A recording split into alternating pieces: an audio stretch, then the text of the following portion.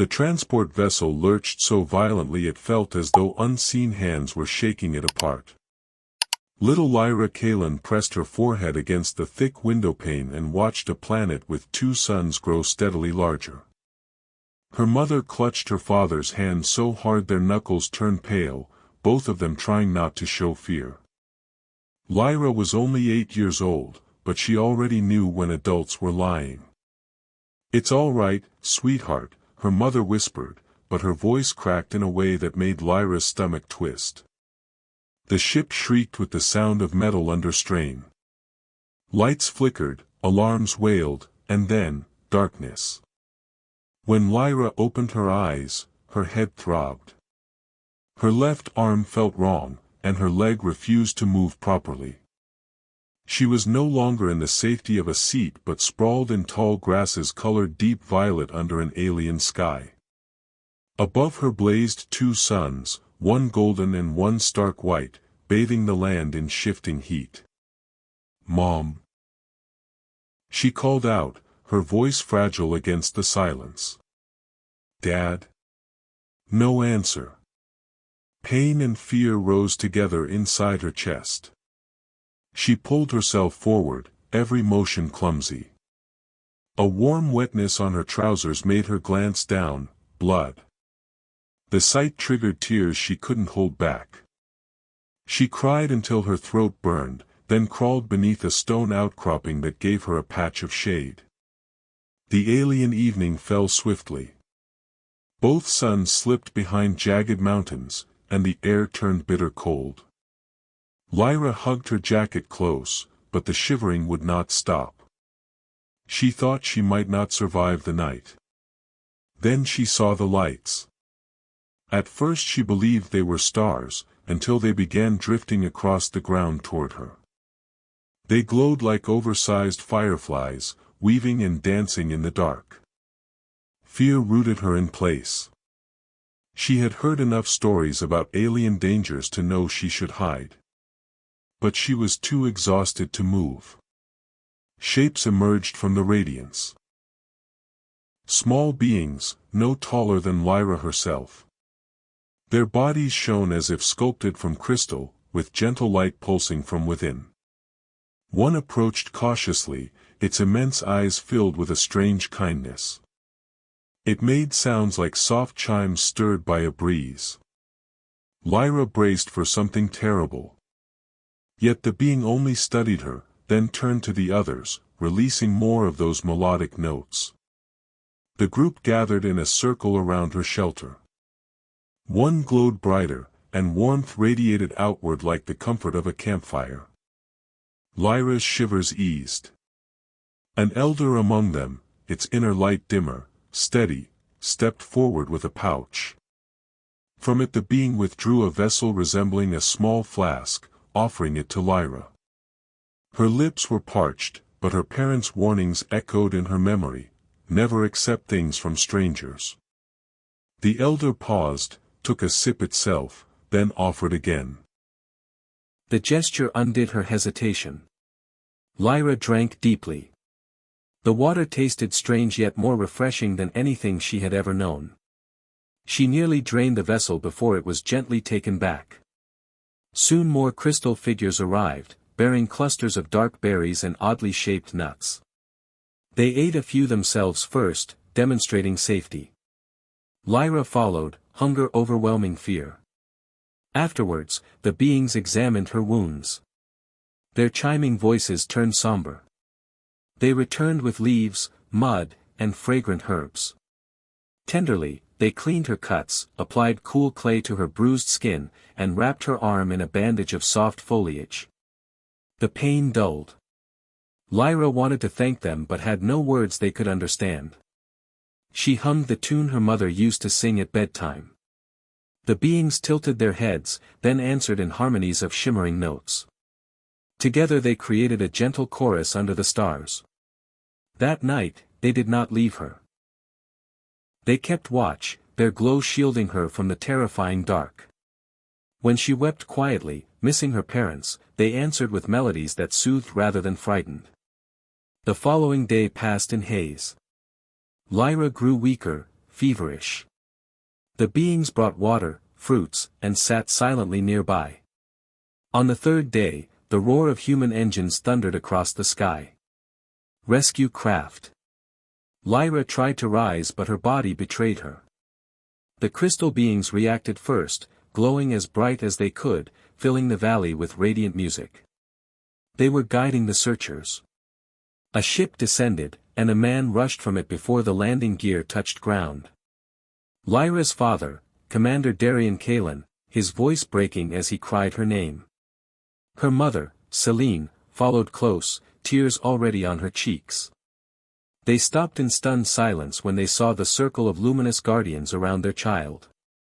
The elder stepped back, its glowing hands open. Darian moved carefully forward, the beings parting to let him pass. He knelt, pulling Lyra into his arms. "Sweetheart, are you hurt?" Celine asked through sobs. "They helped me," Lyra whispered, voice raw. "They kept me warm. They gave me water. They stayed." Her parents looked around with new reverence. These fragile-looking aliens had saved their daughter's life. Darian rose and placed a hand over his chest in a gesture of gratitude. The elder inclined its crystalline head and returned the gesture with a faint bow of light. As the medics carried Lyra onto the stretcher, she waved weakly with her good hand. The glowing beings watched in silence, their inner fires gentle and steadfast, until the ship rose into the orange sky. What none of them knew in that moment was that this wave, from a broken little girl to her unlikely protectors, would ripple far beyond a single rescue. It would alter the course of galaxies. Back aboard the orbital hospital, Celine Kalen sat with her daughter's hand cradled in both of hers. Lyra was pale, but stronger with each passing day. The machines around the bed hummed softly, a stark contrast to the wild alien night where crystal beings had kept her alive. Celine brushed her daughter's hair from her face. "Tell me again, Star Child," she whispered, using the nickname that had already taken root, about the glowing ones. Lyra's eyes fluttered open. "They were nice, Mama. They lit up like lanterns and made songs. When I was cold, they made me warm. When I was thirsty, they gave me water." Commander Darian Kalen entered the room, still in uniform, looking every bit the officer but with exhaustion carved deep into his features. He carried a sleek tablet. "The rescue team gathered some images," he said gently. "Do you want to see them, Lyra?" She nodded. Darian swiped across the screen, revealing dozens of photos. Small crystalline figures gathered protectively around the rock where Lyra had lain.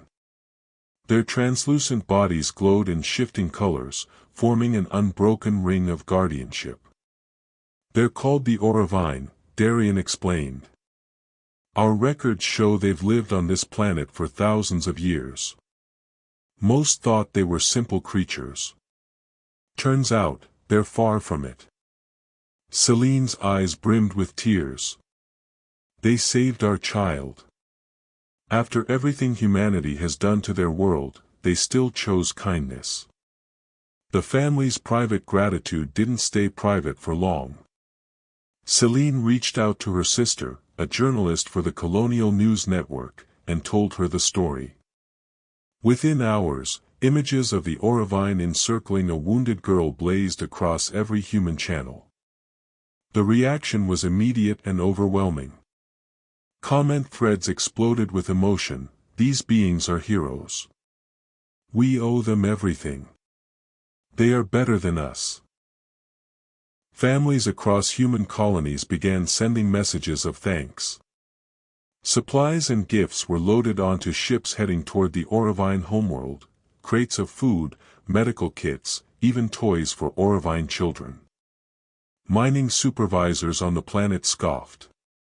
"They're just animals," one muttered. "Why is everyone making such a fuss?" The dismissal only fueled outrage. More ships came. Doctors volunteered to treat the Orovine free of charge. Teachers wanted to learn their musical language. Artists sketched their glowing forms with reverence. 2 weeks after the rescue, the Kalan family traveled to the planet, officially designated Kepler 442c, but known in the Orovine tongue as Ilyara, the singing world. Lyra, though weak, insisted on coming. At the spaceport, hundreds of humans gathered, arms laden with offerings. The Orovine looked on in awe as beings from beyond the stars approached not with weapons, but with reverence. Lyra spotted the elder who had given her water. His crystalline body shimmered in hues of soft amber and teal. She limped toward him. "Elder," she whispered, her voice trembling. He brightened instantly, his glow deepening into warmth. Lyra threw her small arms around him, careful of his fragile form. The chime he released sounded like a lullaby carried on wind. Witnesses wept openly. The image of a human child embracing a being of living crystal was splashed across every news feed, becoming the most shared moment in human history. But far away, not everyone smiled. The Galactic Trade Consortium fumed. Ilyara contained crystals worth fortunes, and the consortium held contracts to strip the world bare. But with thousands of humans now camping on the surface, determined to shield the Orovine, the consortium's plans collapsed. They appealed to the Galactic Council, demanding enforcement of their rights. "These are primitive organisms," they argued. "Their resources could power 100 worlds. Sentimentality cannot obstruct progress." The council convened in the vast hall of voices, where representatives of dozens of species debated. Many looked skeptical. After all, kindness between species was rare, but not unheard of. Why were the humans making so much noise about one child? Then Admiral Celera Okan, commander of the Colonial Defense Fleet, stood before them. Towering holoscreens displayed the images, Lyra Kalan surrounded by Orovine guardians, glowing in the night. The chamber grew quiet. "Members of the council," Admiral Okan began, her voice resonant. "This is not a matter of contracts. It is a matter of honor. When a helpless child lay dying, these beings, small, fragile, unarmed, saw her and chose compassion. They asked for nothing. They risked everything. And because of them, a human life was spared." Some delegates shifted, unimpressed. Okan's gaze swept the hall. "Perhaps you wonder why this matters to us. Allow me to explain something about humanity. We remember our debts. Always. To us, those who protect our children are family. And family is sacred." The chamber stirred. "Therefore," she declared, "Earth and her colonies formally place the Orovine under our protection. Any act of aggression against them will be considered an act of war." The council erupted. Never before had a species been adopted so fiercely by humans over a single act of mercy. The consortium's representative hissed with outrage.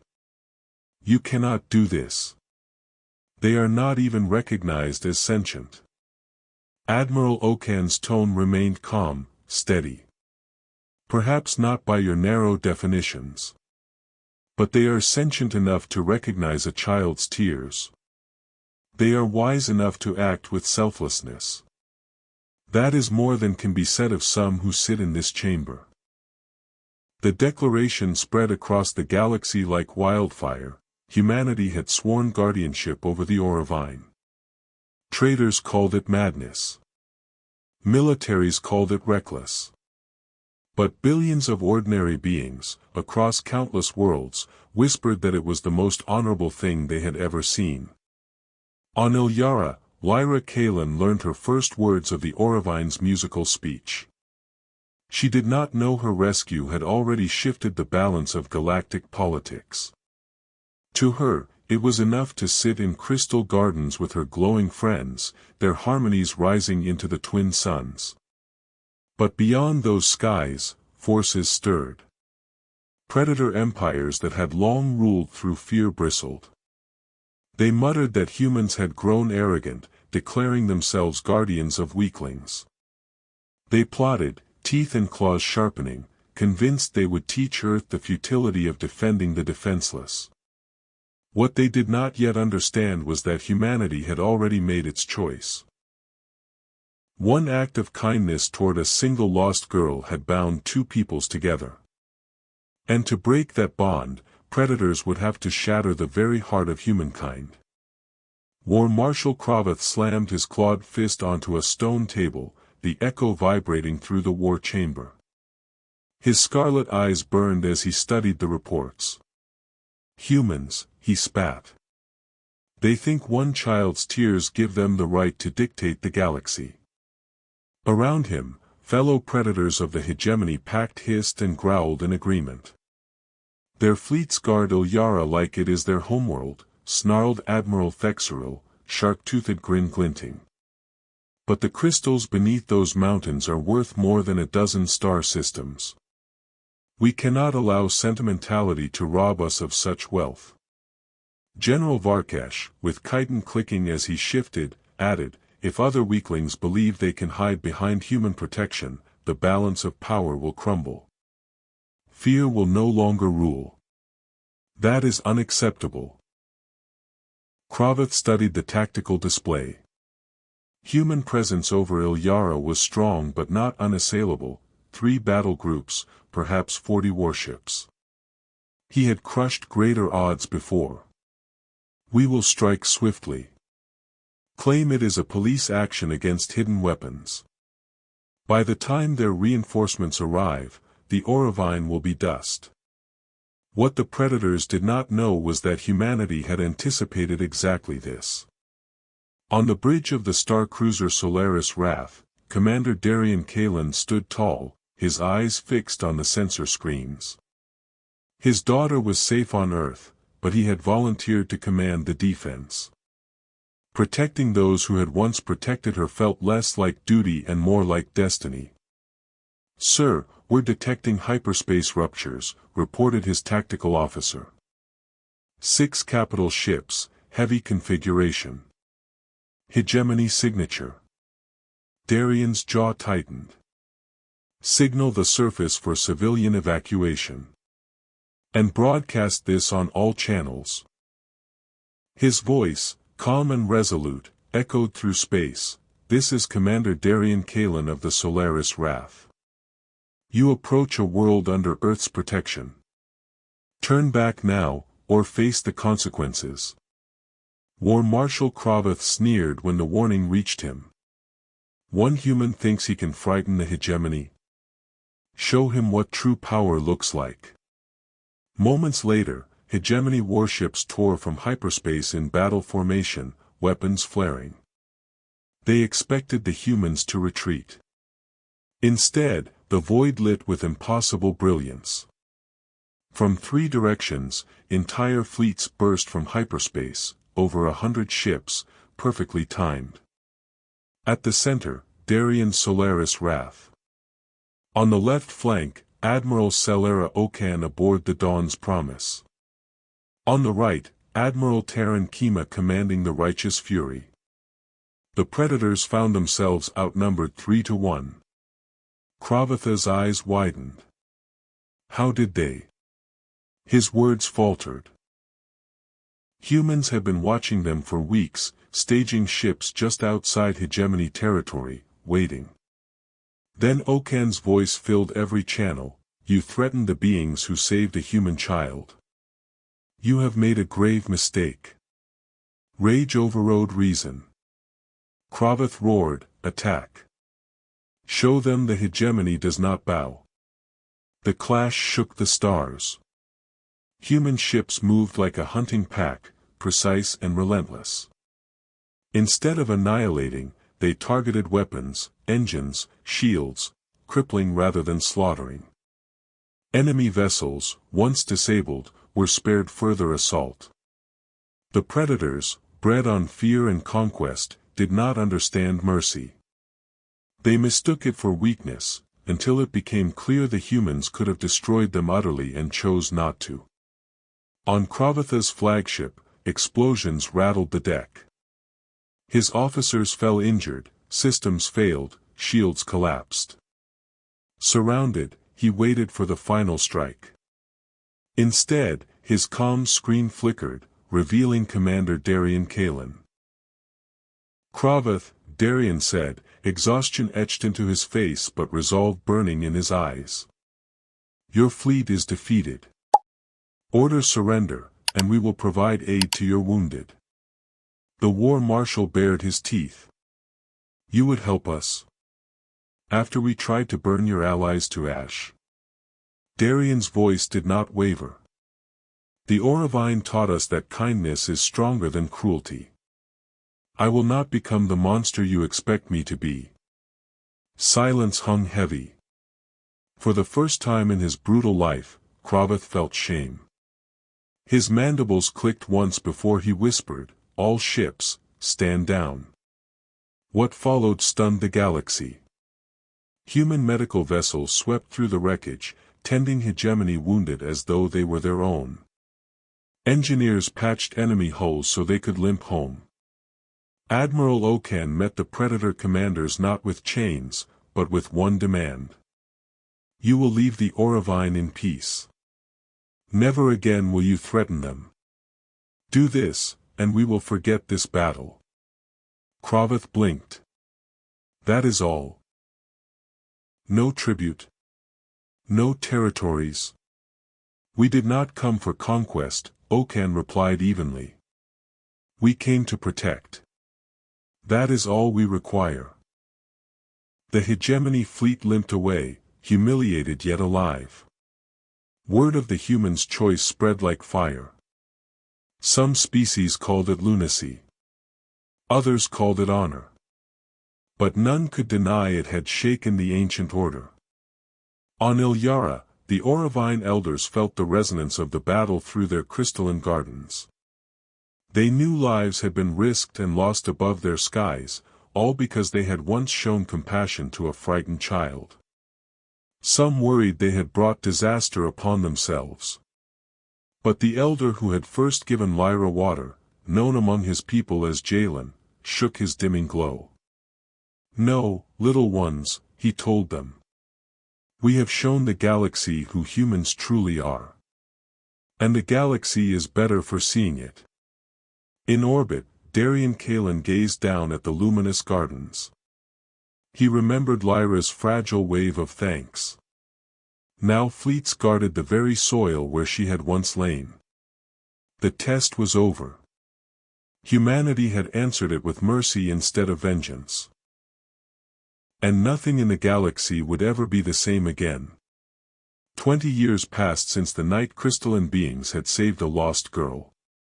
The galaxy had grown accustomed to human fleets patrolling Ilyara's skies, yet few realized that something deeper than protection had taken root. Lyra Kalin was no longer the fragile child in torn clothes. At 28, she wore the uniform of a lieutenant in the Colonial Defense Force. Most of her time was spent on Ilyara, which humans now called Haven, walking its shimmering gardens and speaking in the musical tongue of the Orovine. Her closest companion remained Jalen, the elder who had first offered her water. His glow was faint with age, yet his mind shone brighter than ever. One evening, he beckoned her to sit beside a towering crystal that thrummed with sound when the wind touched it. "Star Child," he sang, using the name his people had given her. "It is time you know the truth." Lyra had always been told the Orovine were simple, gentle caretakers of their crystal valleys. Jalen revealed otherwise. "We are older than you imagine. Empires have risen and fallen while we remained. These crystals hold memory itself, songs of civilizations long gone." With a touch, the structure glowed, casting images, fleets blotting out suns, worlds burned, enslaved species fading into silence. Lyra's stomach nodded. And humanity, will we become the same? Jalen's glow pulsed with sorrow and hope. Many believed themselves different. Few were.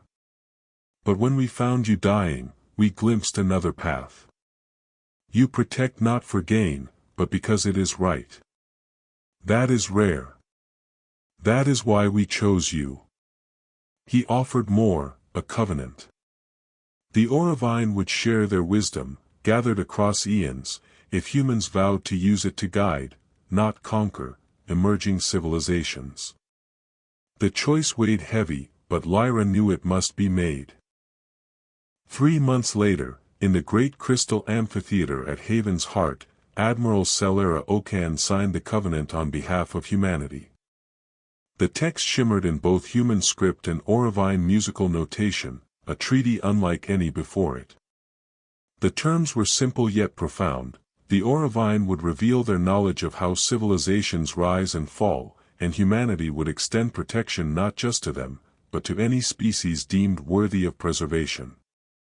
As the ceremony ended, Lyra walked with Jalen through the same garden where she had once lain bleeding as a child. His glow flickered faintly. "Do you believe this will work?" she asked. Jalen's answer was soft, steady. "I do not know. But for the first time in 1,000 years, I have hope." Decades rolled onward. 50 years after her rescue, Lyra Kaelin Orovine stood as Admiral of the Guardian Fleet, her name now binding 2 peoples. The fleet she commanded was unlike any the galaxy had seen. Human warships sailing beside crystalline vessels, hospital ships from allied worlds, even reformed hegemony cruisers. When pirates threatened the peaceful Mallory, a bear-like species barely into spaceflight, Lyra's fleet jumped in. The raiders expected easy tribute. Instead, they faced a coalition 5 times their size. But what shocked them most was mercy. Guardian weapons crippled, not killed. Rescue ships collected enemy escape pods. Wounded pirates found themselves treated by human medics. Brought before Lyra, the pirate leader demanded to know why she spared them. She answered simply, "Because 50 years ago, strangers spared me." Word spread again, and some of those spared became guardians themselves, proof that compassion could reshape even the darkest hearts. On Haven, the gardens swelled with children from a dozen species, human, Orovine, Mallory, and more, playing together under twin suns. Jalen's light faded at last, but before he passed, he whispered to Lyra. "They will remember, Star Child. Because we taught them kindness is not weakness." Another 50 years slipped by. Lyra, now gray-haired and lined with age, still stood firm at the helm of the Eternal Promise, Guardian flagship. The Covenant had grown into a web of protection spanning 17 species. Statues across colonies showed a small girl encircled by glowing Orovine, reminding all of where it began. When a distant people called the Viori sent a plea for help, Lyra gave the same order she had spoken countless times: signal the fleet. Prepare for hyperspace. We have lives to protect. As the Guardian Armada leapt to the stars, she thought back to that first night, frightened and bleeding beneath alien skies. What had started with one frightened child and a circle of luminous strangers had become something greater than empire or conquest. It had become a promise, that no one, anywhere in the galaxy, would ever again face the dark alone.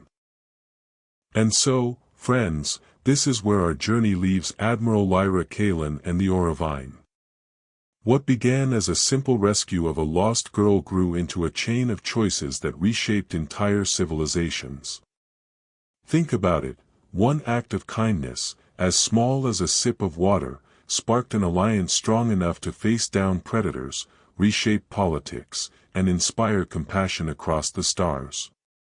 In a galaxy filled with empires that rose and fell on greed, humanity chose a different story.